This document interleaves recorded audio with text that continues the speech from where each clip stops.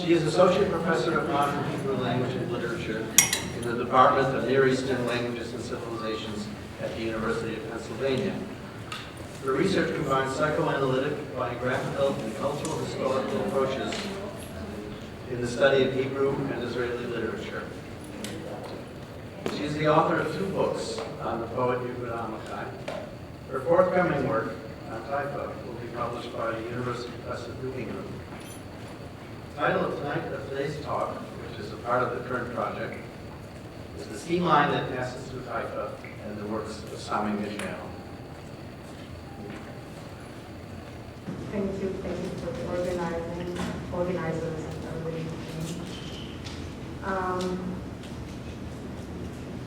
I actually wasn't sure whether I wanted to show pictures or not, and I decided not to. I decided to just tell okay. Along the northern tip of the Jewish Hadar Homey neighborhood, not far from the Arab Wadi Nisnas neighborhood, winds the seam line of Haifa, with the varied characters who populate Sami Michael's Haifa novels periodically emerge. Their mere presence on the seam line may be read as an expression of Michael's belief in the possibility of peaceful cooperation between Jews and Arabs, even when his declared statements or plot lines suggest otherwise. When I speak of Haifa's seam line, Kav Tefer, I do not mean a border. Rather, it is a line that both divides and connects, implying that indeed there are separate pieces of fabric that do not merge, yet they are sewn or stitched together to create the same garment. Michael's protagonists pass by the seam line's main street, Hassan Shukri, and its vicinity by foot and by car. They stop, seemingly inadvertently, near City Hall, stroll in Memorial Park, Gan Zikaron, mingle with the crowds at the entrance to the Mai movie theater, climb up to Soleil Bonnet Square, and eye the police station worried. The historical weight of this place and its unique status in the chronicles of both the city and the land do not surface in these protagonists' consciousness, however, nor are they explicit in Michael's books. And yet, one can read the seam line's scattered appearances as Freudian slips, as a partial, perhaps involuntary revelation of the urban subconscious where the collaborative past of Haifa is stored. These slips are not verbal, but rather spatial. Not words pregnant with meaning, but street corners pregnant with history's secrets. Today, I will try to resurrect the sagas that are hidden in the seamline physical area, in the sidewalks and paths that the novel's heroes traverse in order to illuminate the scenes for which it serves as backdrop. I'll attempt to propose a connection, concrete, though perhaps unconscious, between Michael's works and the history of the city. Hassan Shukri Street and the landmarks inlaid along it preserve within them Haifa's past. Together they create a municipal museum or treasure house. On the southern side of Hassan Shukri rises the glorious city hall, the pride of Haifa. Its soaring entrance archway, the green manicured plaza that distances it from the sidewalk, and the memorial park that extends across the street as a seeming continuation of the plaza, all these declare the building's dominance. Memorial Park, Gan Zikaron, flaunts a fountain whose waters hit the pool beneath them time and again. Its paths are wide and paved, surrounded by grass fields and flower beds. At its northern tip, an arcade overlooks the port and ships, while at its southern end, a melancholy monument crouches, made of black volcanic rock. East of the garden was the old, heavy, one-story stone building of a police station, now a fancy boutique hotel.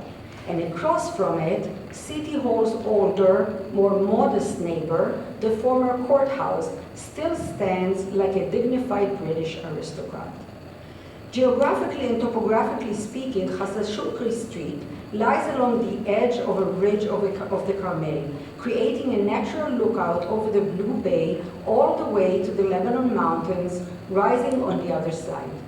Demographically, during the British Mandate, this was where the ethnically mixed El Burj neighborhood, named for the Arab Burj al-Salam fortress that once stood there, and the Arab neighborhoods of Wadi Salib and Wadi Nisnas met the rapidly developing Jewish Hadar Carmel neighborhood.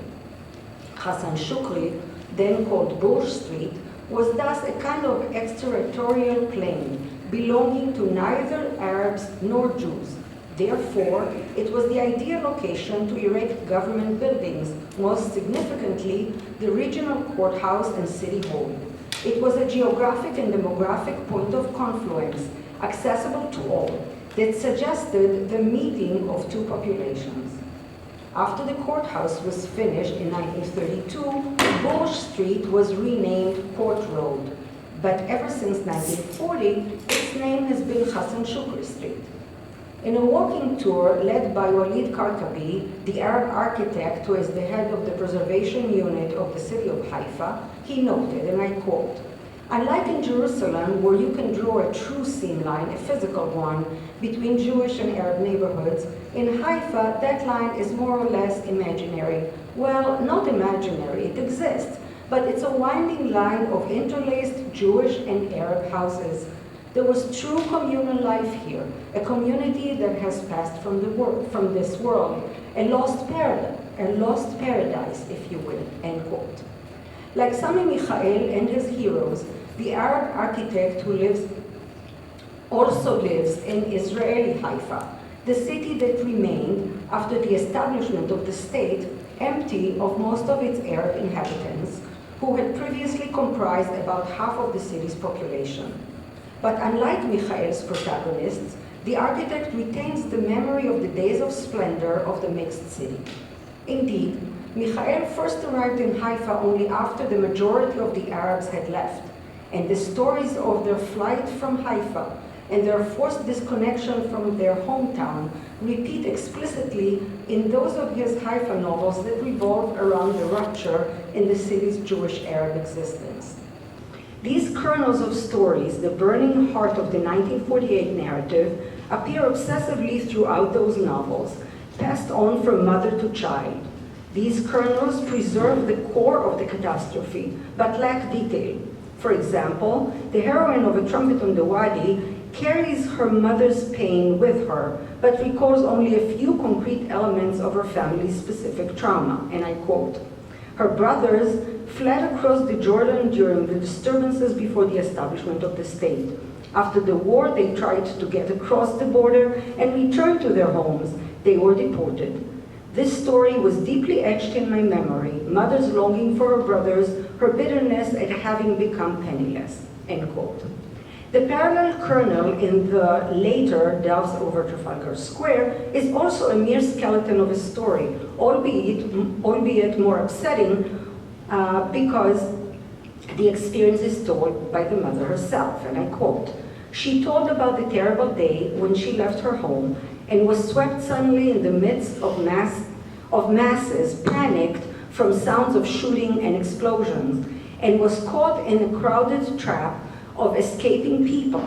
And when she remembered that she had left at home the baby in his crib, there was no longer any way back," end quote. The laconic nature of the recurring refrain of the flight from Haifa in both novels preserves the anguish, but the interlaced world that preceded it is absent. Entirely so in Doves over Trafalgar Square, but even in Trumpet in the Wadi, where the characters refer to their ornate family house from before 1948, as well as the intricate web of family members, there is no mention of the lost paradise of the communal Jewish-Arab life. Pre-1948 Haifa, before everything collapsed, is hidden. The coexistence and cooperation between Arabs and Jews that were part of the fabric of everyday life in Haifa, as imperfect as they were, remain in the shadows.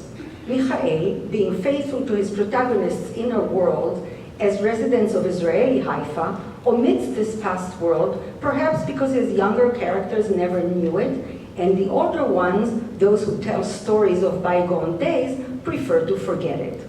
However, it seems to me that Michael, unlike his protagonist, is aware of the different atmosphere that was prevalent in Haifa, and of the unique relationship between Jews and Arabs that characterized the city before he himself arrived in it.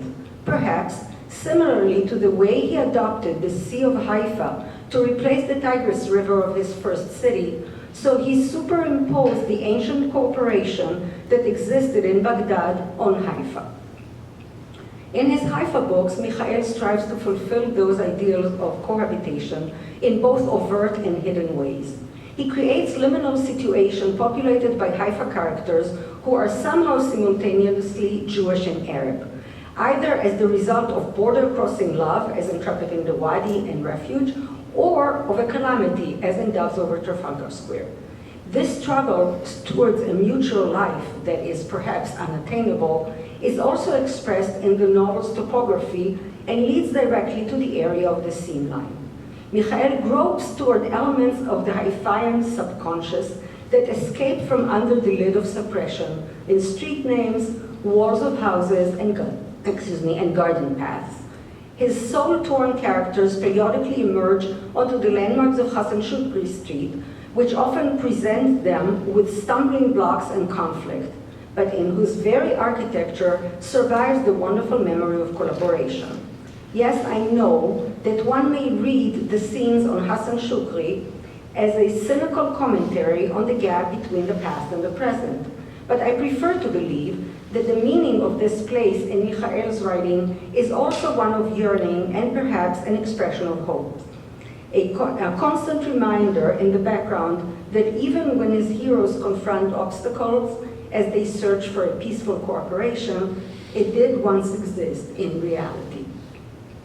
Although City Hall is mentioned only in passing in Refuge, and Hassan Shukri Street appears as an aside in both Refuge and Kissing Water, it is important to delve into the history of the building and the street on which it stands. In fact, it is impossible to understand the magic of this area and the story of Haifa before 1948 without knowing the history of Haifa's City Hall and the man who stood at its realm, whose name is still bestowed upon the street where it resides. And this is the story of the connection between Haifa's Arab mayor, Hassan Bey Shukri, and the street that bears his name. After Shukri's death in 1940, his closest friend and heir to his job, the Jewish Shabtai Levi, proposed changing the name of the street on which City Hall was about to be built. In the very first council meeting he chaired, he suggested that they name the street Hassan Shukri Street, and I quote, so that the name of the deceased will have a permanent connection with the building, end quote. And so, before the final plans for the building were even completed, the link was cemented between City Hall and the city's mayor, who had, quote, invested enormous effort, unquote, in its erection. For Shukri, the good of Haifa as a whole was always foremost in his mind. Although the beloved mayor did not live to serve in Haifa's most illustrious building, he bestows his spirit on the conduct and values of the municipality of Haifa for years.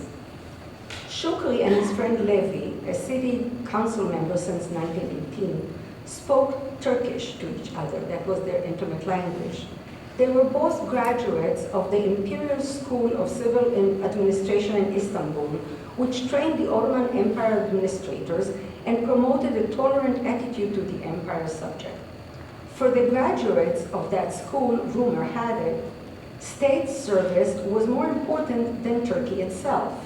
Hence the saying, Enje Milkiye Sonra Türkiye, first administration, then Turkey. The bond between the decency and honorable behavior of its councilmen and City Hall's physical material structure was absorbed, so to speak, in its stones. One might look at the historic City Hall as a monument to the unique web of relationships that was forged between the Jews and Arabs of Haifa before 48. Against the backdrop of continuous national and political conflict in mandatory Palestine, Haifa was the only ethnically mixed city that not only functioned while violence overflowed throughout the land, but actually blossomed. The municipality of Haifa succeeded in separating the administration of the city from the conflict. Its leaders imprinted their belief in understanding, tolerance, and equality on the way they governed the city. The documents that chronicle the deliberations surrounding the acquisition, establishment, and construction of Haifa City Hall are a historic, enthralling record of the cooperation between the Jewish and Arab populations in the 30s and the 40s. In the beginning of 1940, while World War II was raging, the City Council adopted the equitable principles that would guide its construction. The building committee of 2 Jews and 2 Arabs composed a detailed work contract that serves as testimony to the integrity of its authors. In it, they defined a true Haifa resident not by ethnicity, but by purity of heart, and committed not only to hiring equal numbers of Jewish and Arab workers, but that the relation of sums that would be paid for Jewish workers and Arab ones would be equal. Thus, City Hall, its stones and doors, its floors and stair railings, its meeting halls all guard the memory of the complete cooperation between Haifa's various sections. The invitations to City Hall's inauguration on Monday, June 29, 1942, flaunted a drawing of the new building and indicated that His Highness the High Commissioner would be present. Arab and Jewish leaders from all over the country attended the ceremony. During his speech, Chapter Levy thanked all the laborers, artists, and craftsmen, both Arabs and Jews. He ended with an expression of hope that Haifa, I quote, will be able to fulfill its mission of peace as a connecting link between East and West, North and South, not only for the benefit of its inhabitants, but also for the entire Near East and Middle East. Sadly, we know now that before 6 years had passed, Chapter Levy's words were blowing in the wind. Many characters in Haifa's novels, in Michael's Haifa's novels, especially the early ones, visit the area around City Hall. Although I'm not aware whether or not Michael knew the building's story when he created them. Nevertheless, he is the man who pulls the strings, who brings the characters to the scene line and directs them in scenes, some almost unbearable, that echo fragments of that story. That liminal loaded area of the scene line is the backdrop for only a few isolated episodes throughout these novels, but those are laden with meaning. Hassan Shukri Street and its landmarks are described briefly, but with precision that hints at a deeper significance beneath the surface. In Refuge, for example, on the second day of the Yom Kippur War, 4 of the protagonists journey to the scene line at some point, independently and together, voluntarily and unwillingly, by choice and by chance. When visiting her childhood home that morning, Shula runs into Goldschmidt, the father of her first love, who is now stationed in the Golan Heights. Goldschmidt asks her to give him a ride to City Hall, and she acquiesces. While driving there, however, she is distracted by thoughts of her former beloved and becomes lost, having driven in the wrong direction. Goldschmidt offers to get off there, but Shula insists on taking him all the way to City Hall and drives up Ma'aleh HaShichrur, which means liberation ascent, toward Hassan Shukri. She lets Goldschmidt off at the entrance and tries to drive home, but cannot, and I quote, "Across from the courthouse at the edge of Memorial Park, the crowd blocked her way," end quote. One ought to note that in interviews, the author has confirmed that he only writes about what he knows well. Indeed, his Haifa map is testimony to the areas in the city where he has lived and wandered over the decades during which he made it his home. In the refuge scene at hand, Michael uses his intimate knowledge of Hassan Shukri to show that Shula has barely moved at all since dropping Goldschmidt off, The distance between City Hall and the courthouse is less than a block. She soon discovers that Naim, the son of her close friend Fuad, the Arab, and Shoshana, a Jew, is at the center of the commotion. Unlike Shula, Naim did not arrive at the seam line by chance. The author, the veteran Haifayan, who knows the seam line area like the palm of his hand, supposedly leads Naim there because it is an excellent lookout point. Michael uses Memorial Park's panorama to both fulfill the young teenager's caprice and meticulously draw the dead end that his heroes have reached. The previous day, Naim had painted the Palestinian flag in gouache as a sign of his national identity. Now he has traveled to Memorial Park to watch as the Arab airplanes finally bomb Israel. The preceding chapter reveals Naim's fractured family in all its pathos. The eldest son wants to be Jewish like their mother, while Naim and his younger brother want to be Arab like their father. Memorial Park, created to honor those who fell in 1948, is the place where the boy hopes to witness the defeat of the State of Israel. Yet, the airplanes never arrive, and instead of his fulfilling nationalist dreams, Naim finds himself aiding an all-Jewish Holocaust survivor to reach a shelter during an air raid. When the old man wants to bless him for his help and asks him for his name, Naim intentionally provokes him by saying his name is Mahmoud, an obviously Arab name. The old man panics, and the crowd, already tense due to the war, assumes that the somewhat Arab-looking boy had hurt him and fell for Naim. As noted by Bati Shimoni, the humanist concept of chasut, or refuge, is a core value for Michael, the product of Middle Eastern morals. Refuge for a guest is offered without regard to family ties or nationality. One note on translation.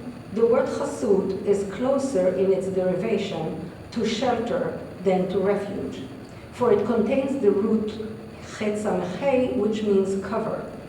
But one can add to it a similar root, lachus, chet vav samech, which means to have empathy or pity. The primary demonstration of chasut in the novel that bears this name is of the Arab poet who is offered shelter in a communist Jewish home. A secondary one concerns another character's fate, likely in Iraq. It seems to me that it is not a coincidence that a third, less obvious instance of refuge in the novel happens on the seam line where Shula sees her friend's son being attacked and saves him, this time by sheltering him with her body.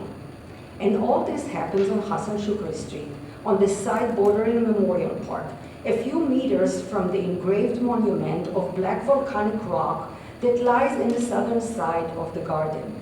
The artist Gershon Knispel, in his wisdom, forged a low monument whose sad symbols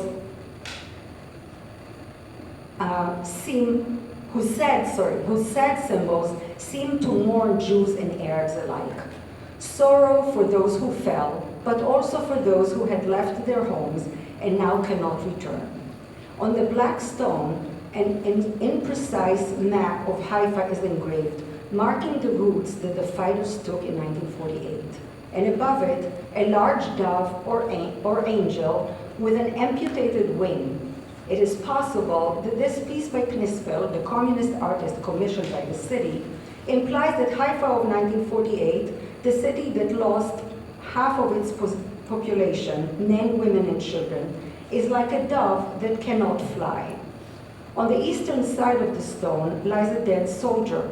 A helmet is on his head, a gun at his side. There's no indication to show whether he is Jewish or Arab. Only the words etched in three languages unambiguously represent the winning Jewish side, the liberation of Haifa, 1948. When recently I visited the monument with the architect Chava Loyon, the former head of city planning, and she said, "This inscription was surely dictated to the artist from above." Is it a coincidence then that Michael's scene of the Jewish crowd threatening an Arab boy and the encounter between the Jewish woman and the Arab son of her friends takes place near Memorial Park, close to that tragic monument. I don't know how often Michael and Knispel crossed paths, but it seems that the engraving of the leftist visual artist embody humanist ideals similar to those that Michael expresses in words. As Karkabi, the veteran Haifayan and Arab architect, told me, I quote, "The truth is that the only body that for years after the establishment of the state protected the broken Arab minority, organized it, and tried to include it in the life of the land was the Communist Party, which was a Jewish Arab party," end quote. Despite the conflicts and rifts, the Jewish protagonists of refuge, like Knispel, conduct themselves in the same spirit. Now, Eli Recha's lecture with the talk about Earth Day, just a note, the very first monument, Palestinian monument, to be erected in Israel after the Earth Day was by Gershon Knispel to commemorate. So it's the same artist, and not coincidentally, I think it looks like a sarcophage, like a buried person, which very much recalls the monument in Gan HaZikaron. And it's placed in Sachni. Well, you're an expert on the Mahatma, but I just... in Michael's Haifa novel, a police station still stands near Memorial Park. Earlier on the day that Naim visited the park, his communist Arab father, Fuad, had to report to that police station, located some 20 yards from where his son would arrive. His Jewish wife, Shoshana, accompanied him to the point where Hadar HaKarmel meets Wadi Nisnas, the Solel Boneh circle, and I quote, "Shoshana pressed quietly against his arm. After half an hour had gone by, they stood in Hanevi'im, Prophet Street, and the sea breeze swept in between them. Behind her was Wadi Nisnas. In front of her, Hassan Shukri Street and the police station. Goodbye," she said, turning and walking away toward the melancholy Wadi Nisnas. He stood for a long time with his back to the police station, watching her as she crossed Solel Boneh's circle, end quote. Like the name of Ma'aleh HaShichror, or Liberation Ascent, which leads to the eastern end of Hassan Shukri, Solel Boneh declares the Israeli Zionist identity on its western end. Solel Boneh means paver and builder, thus underscoring Jewish dominance through the names of streets and squares. The Solel Boneh circle also appears in Michael's Haifa novel Waters Kissing Waters, which was published in 2001 but was written in the 1950s. This work focuses on other marginalized groups, not Israeli Arabs, but rather recent immigrants, some from Arab countries. Like many of Michael's protagonists, Yosef arrives at that liminal space when he emerges from Wadi Nisnas, where he lives. And here too, this is not a coincidence. His passage is from the familiar Arab bosom, surrounded by those he knows as an Iraqi Jew, toward Hadar for his tentative date with a girl from an Ashkenazi established family. Michael usually refrains from symbolism, but it is difficult not to see it in the course of their first meeting. A number of commentators, including the author, have suggested that the little heroine, Ina, short for Ketina, little one, is also a representation of the little state of Israel. This Ina, Ktina, Medina means state, refuses to walk in the dark paths of memory, in the Gan HaZikaron, the garden of memory, and I quote, "Let's stroll a bit in Memorial Park. You can see a beautiful view from there," he said. They walked in a path exposed to the sky and fenced with groomed bushes before the vistas of the gorgeous bay and its sparkling lights revealed itself to them. Ketina stopped short as though she hit a wall. "You should know I don't like dark places," end quote. As the novel continues, the reader finds out the exact source of Ina's fears, but it seems that regardless, she is to some extent a testament to the complex relationship that both the protagonist and his creator have with the state of Israel, the enchantment with its beauty, the longing for the home, and the respect for the paths of memory. The landmarks of the seam line are in a way the road not taken. But Michael, in his literary, if not philosophical writing, is not yet willing to give up on that road. Thank you. She is the recipient of the Rosenstreich Scholarship for Excellent PhD students. Her research interests include the city of Haifa in Hebrew and Arabic literatures, hybridity and space, literary representations of mixed cities, and utopia in the city. She has an article coming out this spring. The title is Utopia and Literary Haifa, which will appear in a journal called Partial Answers, Journal of Literature and the History of Ideas. Come out this spring. So, scholarly discussions of Sami Michael's prose often make an extensive use of the term other. His prose has often been described as centering on the others of Israeli society, or as bringing these others into the Israeli literary canon. This engagement with Israel's others is seen as one of the unique attributes of Michael's writing, making him an important figure in the Israeli literary scene, as well as, I would say, an agent of cultural transformation. I would like to argue, however, that the simple use of the term other to describe Sami Michael's prose, a use that centers on his choice of characters, is misleading and distracts us from what is, in my view, the truly radical quality of Michael's writing. It is not simply a choice of characters and plots that bring the others to the center, but a more complex literary technique, one that I shall call a poetics of de-othering. When I speak of othering, I refer to the cognitive process that takes place in everyday encounters, in which an encountered individual is marked as other. As various scholars have noted, this marking as other entails an essentialization of the encountered individual, a reduction to stereotypical characteristics, and ultimately a dehumanization, since this cognitive process makes it impossible to perceive the othered individual as a full subject. I wish to argue that Sami Michael's poetics, which I shall call poetics of de-othering, subverts these processes that happen in the non-literary world. Michael's characters belong to social groups that have been othered by the Israeli hegemony, an othering that is likely to have affected his readers. But when the reader enters Michael's literary world, not only are these processes of othering made impossible, but a radical de-othering occurs. Employing distinct narrative strategies with relation to issues of language, identity, and space, Michael's poetics makes it impossible for his readers to engage in a process of othering his characters. Here I will demonstrate two such strategies of de-othering in Michael's two earlier Haifa novels, Refuge and The Trumpet in the Wadi.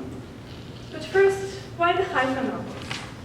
Urban sociologist Robert E. Park of the Chicago School wrote, and I quote, "The city is a mosaic of little worlds, which touch but do not interpenetrate.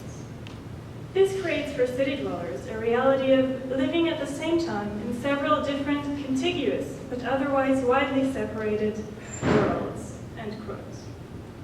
The city of Haifa, both real and imagined, definitely is a mosaic of little worlds, as Park says. But are they only contiguous? Do they only touch but not interpenetrate? Well, the question of interpenetration versus sheer contiguity in Haifa's social life has been widely addressed by local scholars and activists, as Nili told us also. It is generally agreed upon that this multicultural city is a unique enclave within the Israeli space, providing different possibilities for encounters between different social groups.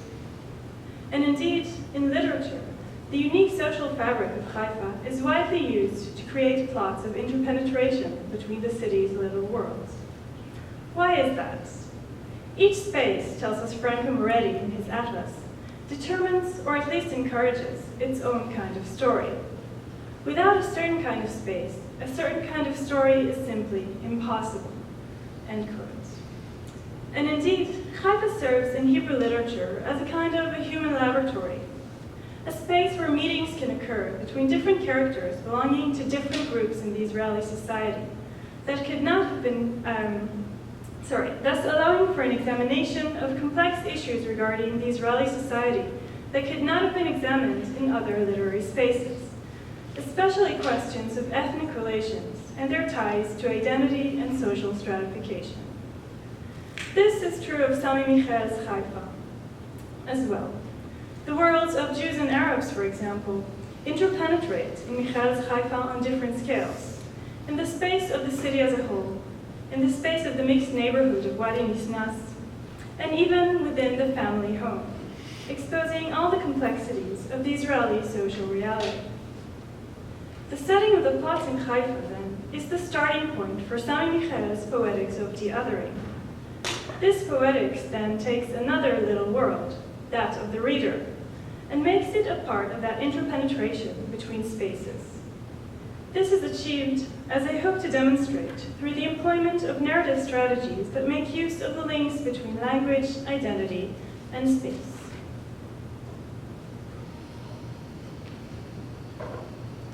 At the ending of A Trumpet in the Wadi, Huda confesses to Alex's grave that she's thinking of having an abortion because of Israeli society's inability to accept and accommodate a child with a hybrid identity, Jewish and Arab at the same time.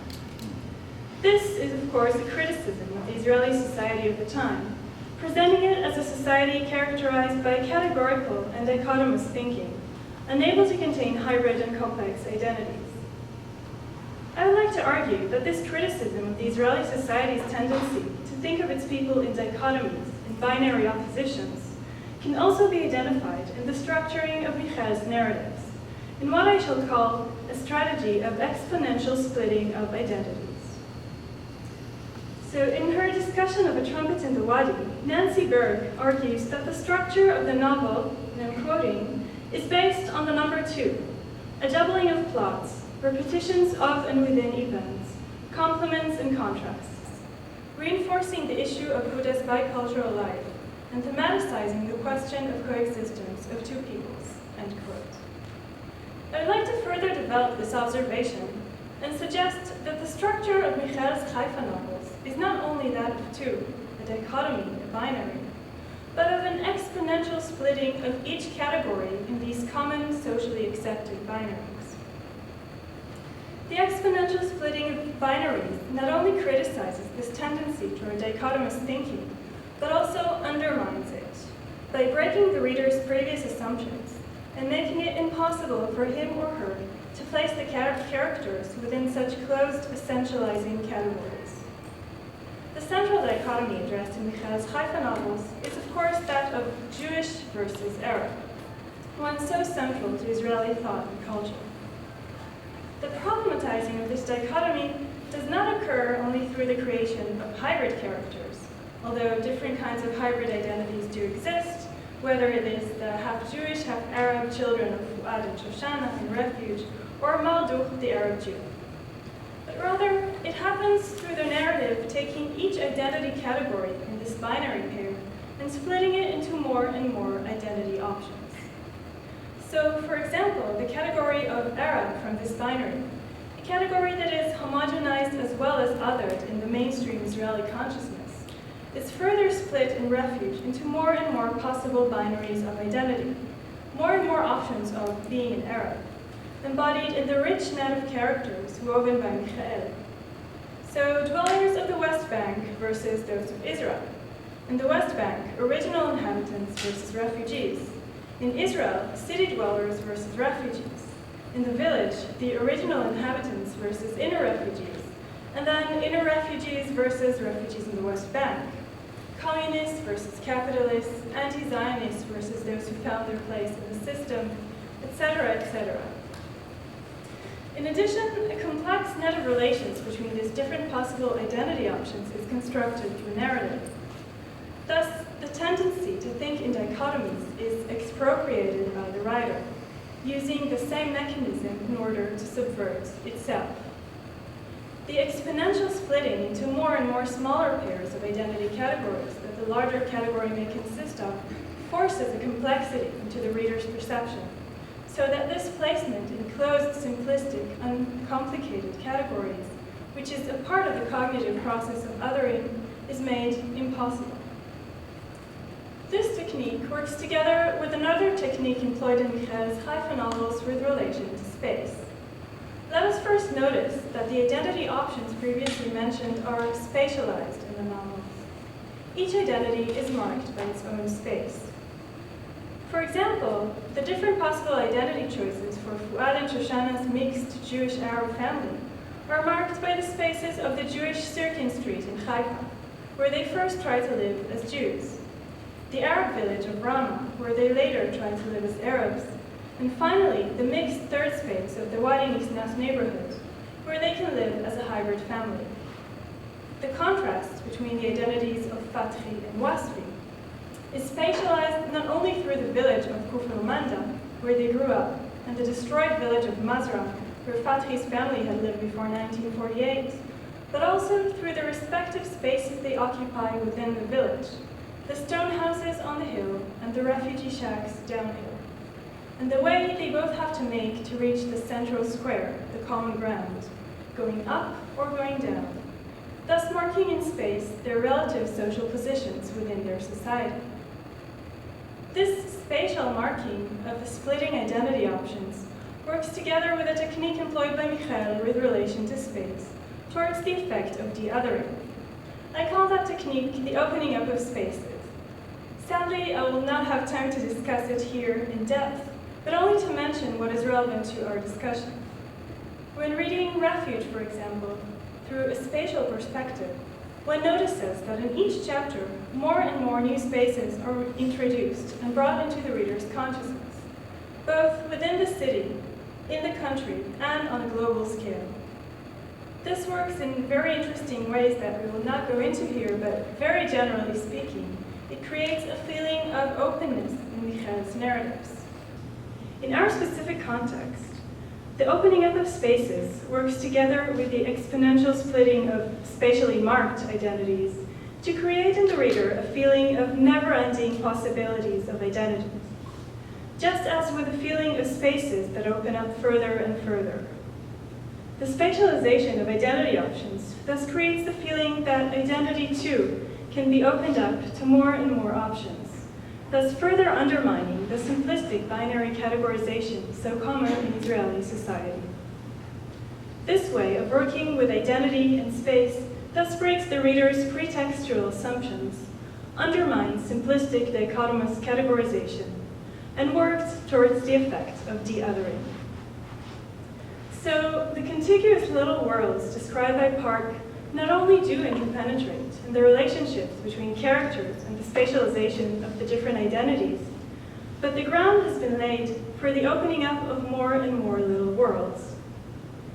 This can then be connected to Michael's treatment of both narration and language, which serve to create an interpenetration between the little worlds of each of the characters and that of the reader.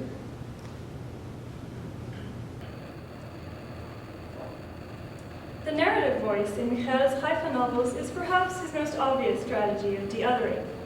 In A Trumpet in the Wadi, the whole plot is told from the perspective of Huda, a young Christian Arab woman, an uncommon, almost unprecedented perspective in Hebrew literature.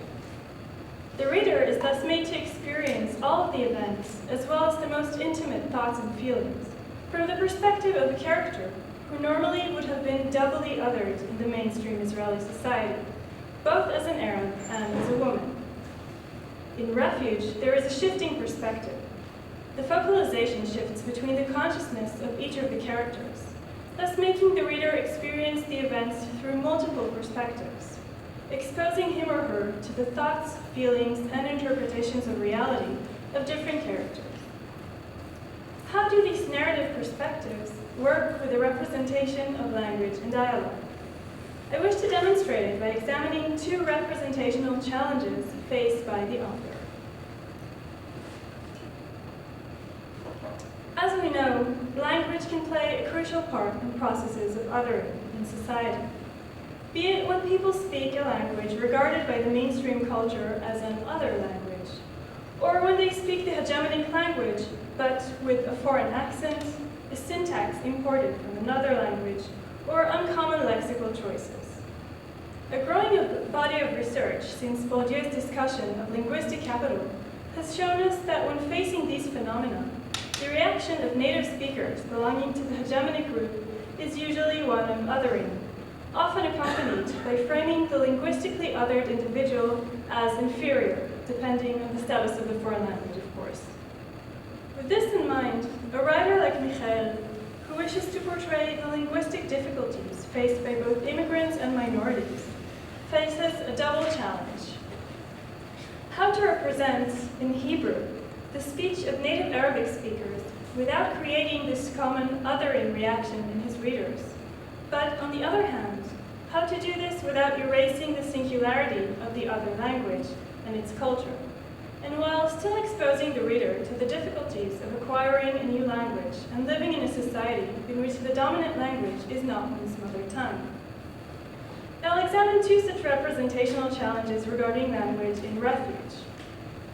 The first is how to write in Hebrew a dialogue conducted in Arabic, and then how to write dialogues conducted in Hebrew but in which native speakers of Arabic participate.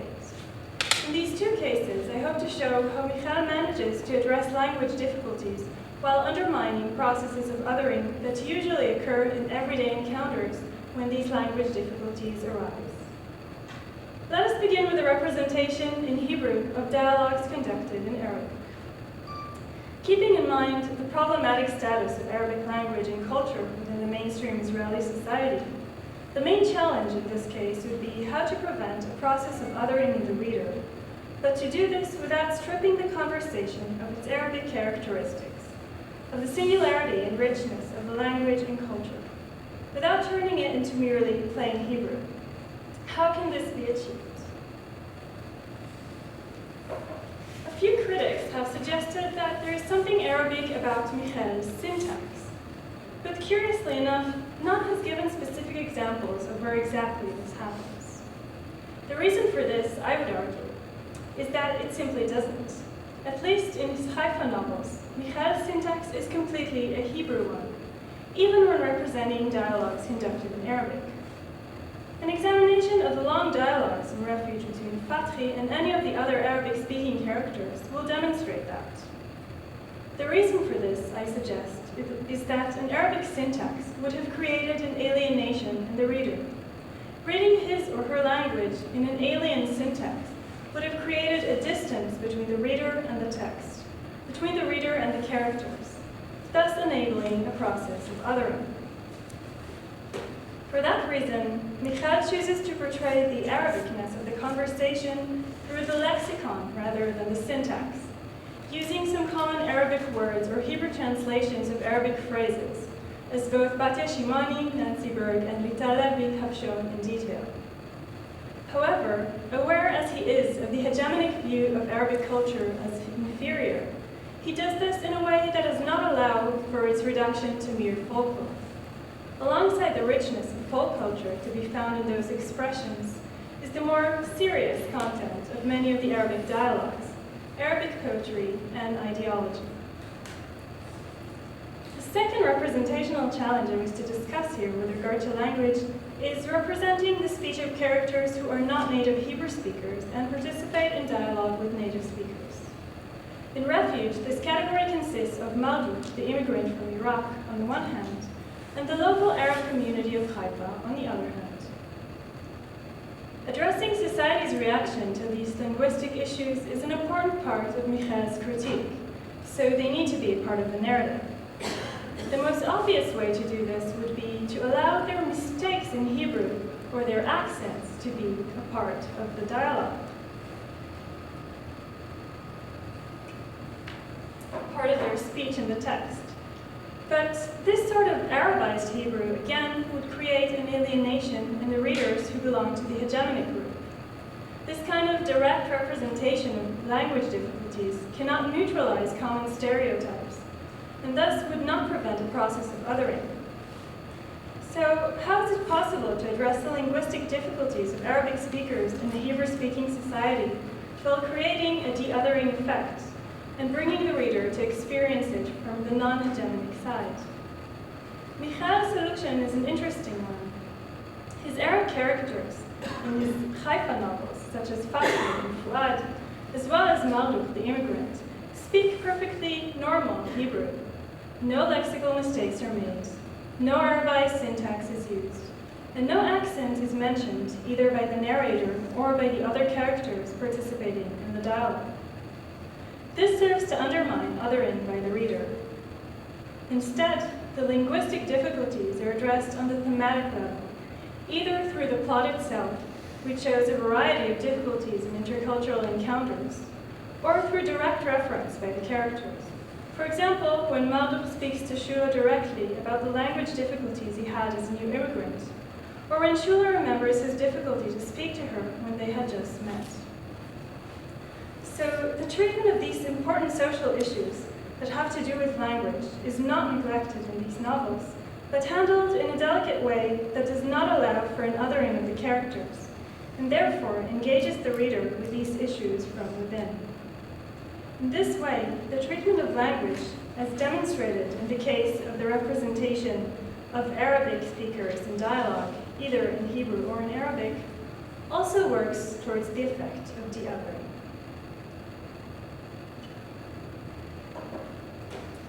So to conclude, I hope I have shown here how Sami Michael's early Haifa novels deal with Israel's others in a way that is more complex than merely giving them a central role in his plots. The truly radical quality of Michael's writing, in my opinion, is precisely his ability to eliminate processes of othering in his readers' minds, allowing for an interpenetration between the little world of the reader and that of each of his characters. A poetics of de-othering. I discussed here some of the ways in which he achieves this, with relation to identity, space, narration, and language. This poetics of de-othering can create in the reader an experience different from that of real-world encounters, and in turn affect his or her perceptions and future encounters in the non-literary world. This poetics of de-othering is highly political in that it shows us how literature, employing specific literary devices, can act as an agent of change in the social world. It also shows us the importance of the writings of Sami Michael in and for the Israeli society. Thank you. Our third speaker is Professor Nancy E. Berg. She is Professor of Hebrew Language and Literature and the Chair of the Department of Jewish, Islamic, and Near Eastern Languages and Cultures at Washington University in St. Louis. Her research interests include genre literature, immigration literature, modern Hebrew and Arabic literatures, and women's literature. Her publications include the books Exile from Exile, Israeli Writers from Iraq, and More and More Equal, about the literary works of Sami Michael. In his writing career, Sami Michael has traveled back and forth between Haifa and Baghdad, between the present and past, between reflecting contemporary reality and reconstructing memory. In an early and oft-cited interview, he speaks of his relationship with both cities. And I'll quote, "The city I write about is not hidden, but rather quite visible. The truth of the matter is that it is not one city but two, Baghdad and Haifa. Baghdad is part of the past and Haifa of today. The closest image I can find to describe the difference is this. For me, Baghdad is the mother and Haifa the wife. My life and my writing are interwoven with the two cities."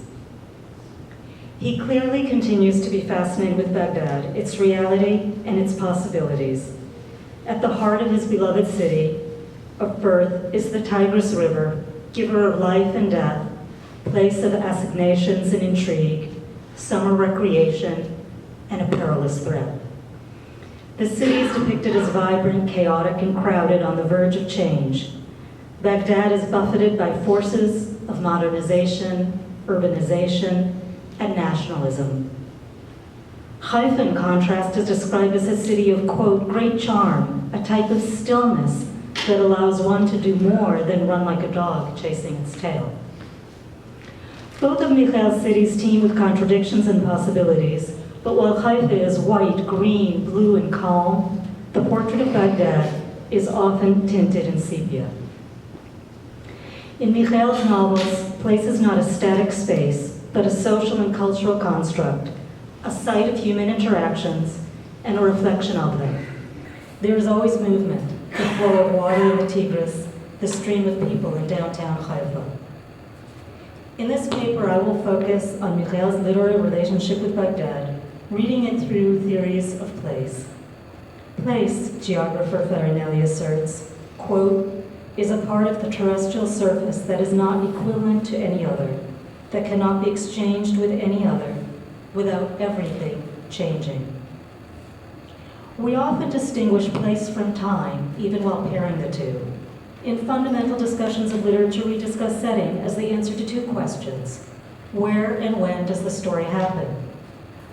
Setting is a basic element of narrative, along with characters, plot, theme.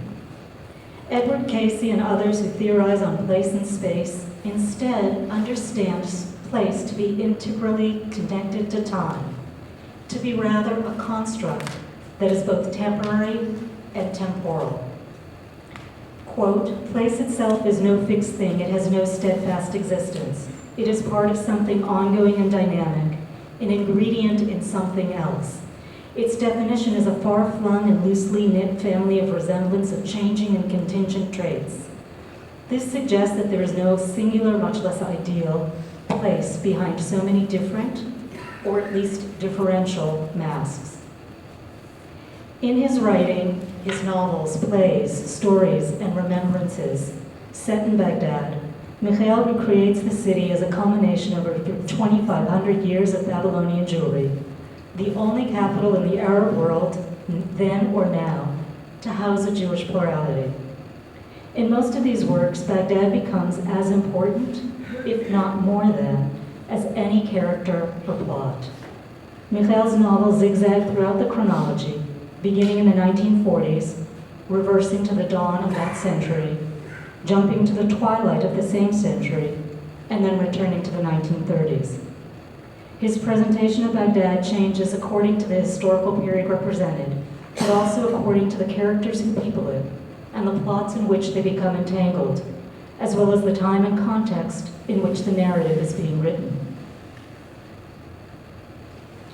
I'll quote, Baghdad seems like an onion to me when I peeled for 22 years out of curiosity, and sometimes out of unbridled self-endangerment to penetrate it layer after layer. There I learned to steal across borders of religion and nationality, and to cross from the Middle Ages to the modern era. While the Baghdad in Michael's literary works differs in each time period represented and in each context, certain elements of Baghdad remain constant. The closeness of the Jewish quarter, the appeal of the city to the senses, and the significance of the Tigris River. Herendeen says the river, in geography and as an image, takes on the characteristics of the culture of which it is a part. Rivers are a natural condition with which we are always contending, crossing, damming, fleeing, or flocking to, and generally trying to tame in one way or another. The Tigris plays a prominent role in Baghdad, and of course in Michael's novels of Baghdad. Were Herodotus to have written about Baghdad, he might well have proclaimed it to be the gift of the Tigris, its waters turning the arid desert banks fertile. The river offers recreation and sanctuary, respite from summer heat, a hiding place for the contraband, but even as it beckons, it also threatens. You may remember Sufa Ben Hatkalim opens with the sound of the drums at night that beat to warn residents of imminent flooding. Most of Victoria's extended family in the eponymous novel evacuates the courtyard because of its flooding. The people living nearest the river live by its rhythms, alternately benefiting from its material richness and suffering from when it overflows the banks. One of the most compelling moments in Victoria is that of the protagonist crossing the river on a bridge. Spread over nearly the first half of the book, the scene links to scenes from the past, much as the bridge links the east half of the city with the west.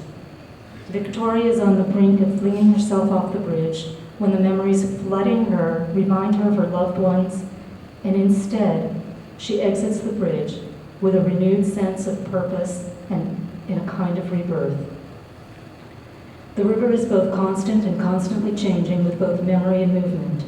As in its description as, quote, the river that carried water from the snows of Turkey and also profusion of blood and tears for thousands of years. That's from Aida. The Tigris all serves to connect the present with history and the here with elsewhere. In its constancy and fluidity, the river echoes Baghdad, a city deeply rooted in history and one that changes radically over the period of time Michael portrays. Michael opens his literary homage to Baghdad with a novel set in the 40s, a period of turmoil, the same time that the Jewish population reaches its apex in number and in power, was also the eve of the community's demise. The protagonist Ramzi's walk through the streets of Baghdad anticipates the description of Victoria on the bridge, Zaki's ride across the city, and the peregrinations of Kamal in their respective novels. This is from Chofen Shel Arafat. He left the congestion of the sidewalk and strode quickly among the carriages and cars against the traffic. When he crossed the street, cars honked and carriage drivers cursed him, and the snap of a whip was heard above his head, and he was startled and jumped onto the opposite sidewalk. From the bridge, he turned right and was immediately swallowed in a filthy, dusty alley with a stench of urine and feces and rotting fish, and congealed sweat and pools of spit. After a fictional sojourn in Haifa, Michael in his writing goes further back in history, describing the Jewish quarter at the turn of the century, the poverty and the hardships in which his own mother grew up. Michael seems determined to offer as realistic a portrayal as is possible for a novelist recreating the period before his birth. The Baghdad of Victoria is a city of poverty, filth, and illness, but it is also convincingly human and strangely appealing. And I'll give you a quote. In the city, there are corners where swarms of flies set the air above quivering in waves of stench. There, residential courtyards, shops, and factories dumped their garbage to rot in the sun, and men turned their backs towards passers-by and urinated. No one bothered to haul garbage away. Ants, fleas, and flies, birds, rats, and moles, cats and dogs would gnaw at the rotting heaps. Sometimes hungry people or compulsive rag collectors would root there. Victoria accomplished two important things for Baghdad and its Jewish community. First, it brought both alive, adding not just skin and bones to the city's scaffolding and its denizens, but layers and texture, breathing life into a place hitherto distanced by time, space, and politics. Second, and related to the first, it made Baghdad and its Jewish community subjects of interest. In Victoria, the city is intriguing. We know that we glimpse only a small section of it, limited by the protagonist's experience. We want to leave the courtyard, continue across the bridge, turn around the corner, explore another neighborhood. We want to peel back some of the city's layers, learn about the city from different perspectives and in different periods. This is true as well for Baghdadi Jewry. For those of us not from there, the community is tantalizingly familiar and intriguingly exotic at the same time. While we may recognize a character as a neighbor or cousin, or see poverty as the same anywhere, our interest is piqued by unfamiliar customs, unusual relationships, the deep but casual attitude toward religion, and the ways in which it is interwoven into the daily experience. Our appetite whetted for more information as well as more experience. We continue journeying in the Baghdad of Michael's novels. And I hope what is a compliment to Ella Shochat's paper, mine today will focus on Aida, the book from 2008, arguably Michael's farewell novel to Baghdad. And yes, I know he returned to the city in an even later novel, Yalom Min Ayashimon, but I will ask for your forbearance while we put that aside for now. Aida is an attempt to describe what Iraq became 50 years after the author's permanent departure in the wake of the First Gulf War, a uchronic or counterfactual text in which the writer explores what life would be like for Michael or any of his Iraqi protagonists had they stayed in Baghdad after the mass exodus of the Jews. As has been alluded to earlier, Aida demands enormous effort from the writer, asking him to imagine a place made inaccessible by geography, war, and politics. The author is hindered by not having visited, much less lived in, the city of Baghdad since leaving half a century before. This challenge is greater than minding one's memories or reconstructing a place from family stories. The challenge is, however, mitigated by the choice of protagonist and his focus on the past. The elderly Zaki's perspective dominates the narrative. A melancholic nostalgia tints its edges. He spends at least as much time looking backward to the days of his youth as he does living in the present. He remembers Baghdad as being a lively, dynamic city, a city of rooftops, of the sound of weeping and peals of laughter. He remembers this in a place he describes in the narrative present as a city of ghosts, a wasteland of quiet rooftops. His friends have scattered to the four corners of the world. The few who are left are described as shadows wearing pajamas, now faded and stained. Zaki Dali's ambition is, as was mentioned, to be the last Jew in Baghdad. Although on the surface Zaki lives quite comfortably, he has chosen a lonely life. There's no evidence of the existence of any co-religionists, nor of any communal connection other than his stated ambition. His family is spread throughout Israel and the US. The woman he loved, long gone under tragic circumstances. He lives in his spacious childhood home, drawing from a healthy endowment for his comforts. He has settled into a routine in which he has compartmentalized different aspects of his life: his home life, his social life, and his work life. He works as a host of a popular television show highlighting popular sites in Iraq. Seemingly innocuous position, it is insidious that by focusing on nice places to visit, it allows the viewer both to ignore the increasingly venomous political situation and to avoid true engagement. Zaki defines his role as, quote, trying to convince viewers what a wonderful and beautiful land God gave us, end quote. Despite his cynicism, his interest in the sites speaks to Zaki's continuing love for his country. The discovery of a near corpse on the steps to Zaki's house upsets the careful balance of his day-to-day existence. Against all advice and against any instinct for self-preservation, Zaki brings the comatose woman into his house and nurses her back to health. This initially echoes and then counters a defining moment from his youth, the arrest and subsequent death of his beloved Noor. Not having been able to save Noor, Zaki pours his efforts into his unexpected guest. He names her Aida after his favorite opera. Even after she recovers, she doesn't speak. Aida remains a mute cipher, communicating with Zaki through handwritten notes. Her presence provokes changes in all aspects of Zaki's life. His work no longer provides him the satisfaction it once did, and he suffers from writer's block, unable to strike the right tone. In one case, the antiquity of the minaret to be showcased in an upcoming show contrasts with the quickly changing landscape and the tenuousness of its survival. He never does finish the script. The woman's presence also changes his relationship with one of his only friends, Nizar al-Said, the Minister of Information. Nizar conducts a humiliating interrogation of Aida, from which Zaki cannot protect her, and which he is forced to witness. This alters his relationship with Nizar, creating a greater distance between them. At the same time, it binds them ever more closely in a curious intimacy. Zaki's relationship with his neighbor, Samia, also changes. He becomes ensnared in her plan, forced to play both convert and newlywed. To do otherwise would expose him to charges of apostasy and subject members of the neighboring household to the death sentence. It leads to quite a few complications as Zaki is forced to bring his, quote, bride, Siham, into his home. Despite the transparently bogus nature of the marriage, Siham's presence displaces Aida and disturbs the tranquility of the house. An atmosphere of fear and suspicion intensifies. No one knows whom to trust. Anyone can be an informant. Zaki and his cousin accuse each other.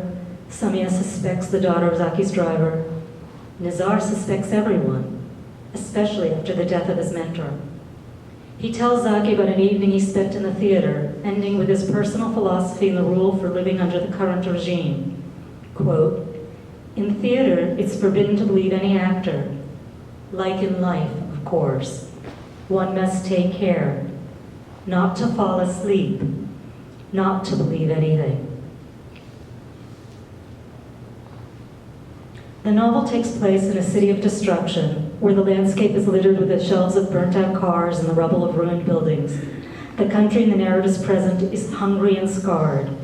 Fear rules and suspicion dominates. It is a place and time of tangled webs, betrayals, and temporary alliances. As Zaki's neighbor Samia declares, "We already fear people more than God." No one in this place is untouched by tragedy or unencumbered by secrets. Whether we're speaking of Zaki's first love, who was captured, tortured, and died of her wounds, Samia's husband, who has disappeared, or whose sons had been hiding, unbeknownst even to Zaki, in the basement underneath the latter's home.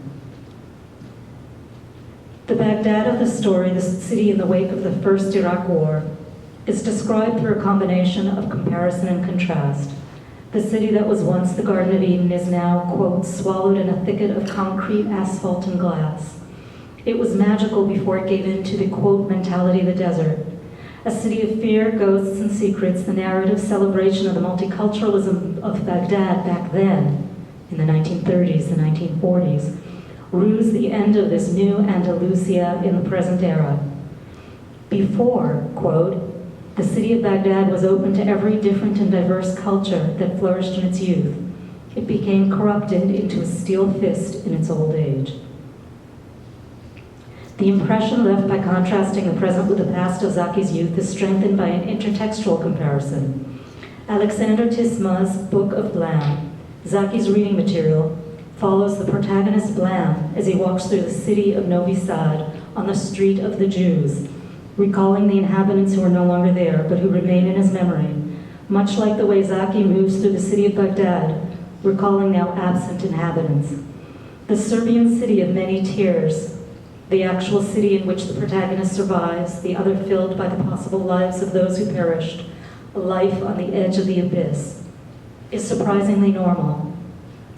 It also mirrors the city in which Zaki inhabits, and we, the readers, are left to draw parallels between the brutal ending of the European Jewish communities during the Holocaust and the erasure of Jewish life in Iraq. Zaki's home, alternately described as lavish, a quiet place of dreams, an oasis, becomes, however, more like a fortress whose defenses are breached. The house is infiltrated first by Samia's sons hiding in the basement, then by the near corpse of the anonymous Kurdish woman on the doorstep, and finally by Zaki's sham bride. It is Nizar, Zaki's well-placed friend, who declares the situation to be unsustainable. It is Nizar as well who makes the situation untenable, engineering Zaki's move to a new place and engineering the destruction of the old one. Returning to his childhood home for some papers he left behind, Zaki finds nothing. The house has been burned to the ground and the ruins bulldozed. All traces are removed. The symbolism is palpable. Zaki's home in Iraq is gone. He has been exiled by the regime. The country is no longer home for any of its Jews. The metaphor of home repeats with variation throughout the text.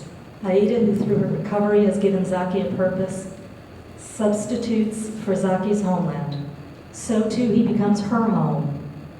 "I am a broken down house," he tells her, "with a roof that leaks in the winter and heats up in the summer." Zaki represents the story of Babylonian Jewry, or at least the end of it, and Aida, perhaps the once hospitable nation. The women characters in Aida are the most closely connected to place, just as in Michael's other works. It is not by chance that Michael uses the trope of mother and wife in the opening quotation, comparing his love for both Baghdad and Haifa, or, as we heard last night, as birth mother and adoptive mother. It is not, however, Aida who unequivocally represents Iraq in this novel. Her Kurdish identity separates her from the mainstream, and her story echoes the story of the Armenians and other beleaguered minorities displaced in the 20th century. It is instead Ramin, Zaki's driver's daughter, who is the symbol of the new Iraq, brave, healthy, and attractive. She has virtually grown up in Zaki's home, yet Iraq at the end of the 20th century is not the brave new world we perhaps want it to be, but it's ruled by worry and mistrust. Ronit, it turns out, is the informer, the one who has betrayed and endangered Zaki himself. In Michael's other works, Baghdad becomes the beloved, and often the beloved who is unattainable, lost, or left behind, such as Suhan and Khof and Shalarafel, Noor and Aida. In Michael's novels, the men often travel, subject to whims and wanderlust, while the women stay in place, become the place. The nation as woman trope here is given a more personal and more nuanced take. This dance of metaphor, gender, relationships, and place becomes most complex in Aida, where the title character simultaneously is and is not Baghdad, where she becomes Zaki's home just as he becomes hers, where she helps sever the connection with a specific place, thus erasing the specificity of the place. The novel ends with Zaki being airlifted to the United States, perhaps for treatment, surrounded by his brother, the doctor, who came to rescue him, his cousin, who cannot let him leave without him, and Aida. Just as Noor had been the reason Zaki chose to stay in Iraq, Aida is the presence that allows him to leave. At takeoff, the memory Zaki retrieves is of riding his bicycle to school during World War II, singing, Ya Biladi.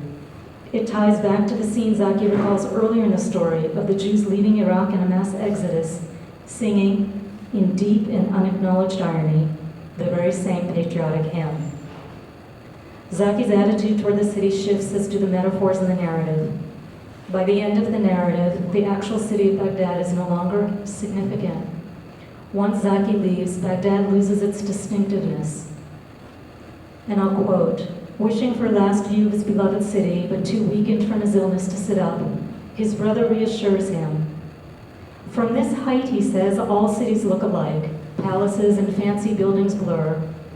All of them, all cities, look like gray scars spread on the face of the earth. Baghdad loses its uniqueness and loses the quality critical to a place's identification. And I'm quoting from Agnew, the third dimension is place as a sense of place or identification with a place as a unique community, landscape, and moral order. In this construction, every place is particular and thus singular. A strong sense of belonging to a place, either consciously or shown through everyday behavior such as participating in place-related affairs, would be indicative of sense of place. The journey through Michael's oeuvre takes us to Baghdad again and again. It is the same place, but it changes over time, both narrative time and extraliterary time. That is the time in which the book is written, and perhaps the time in which it is read. The arc of Michael's writings of Baghdad begins with a city fulfilling the criteria of Farinelli, Agnew, and others as unique, as a specific location, and as more than merely a precise geography. The characters are rooted in place, and rooted in the place and are of the place. The arc ends with Baghdad no longer distinguishable from any number of places. Place is being lost, as Ralph predicted, to an increasingly homogeneous and alienating sameness. Placelessness is conquering place, as modernity displaces tradition. In this case, Baghdad thus becomes placeless and effaced, torn from its history, heritage, and cultural construction when it spews out its native and loyal sun. In memory, the city becomes little more than water under the bridge. Thank you.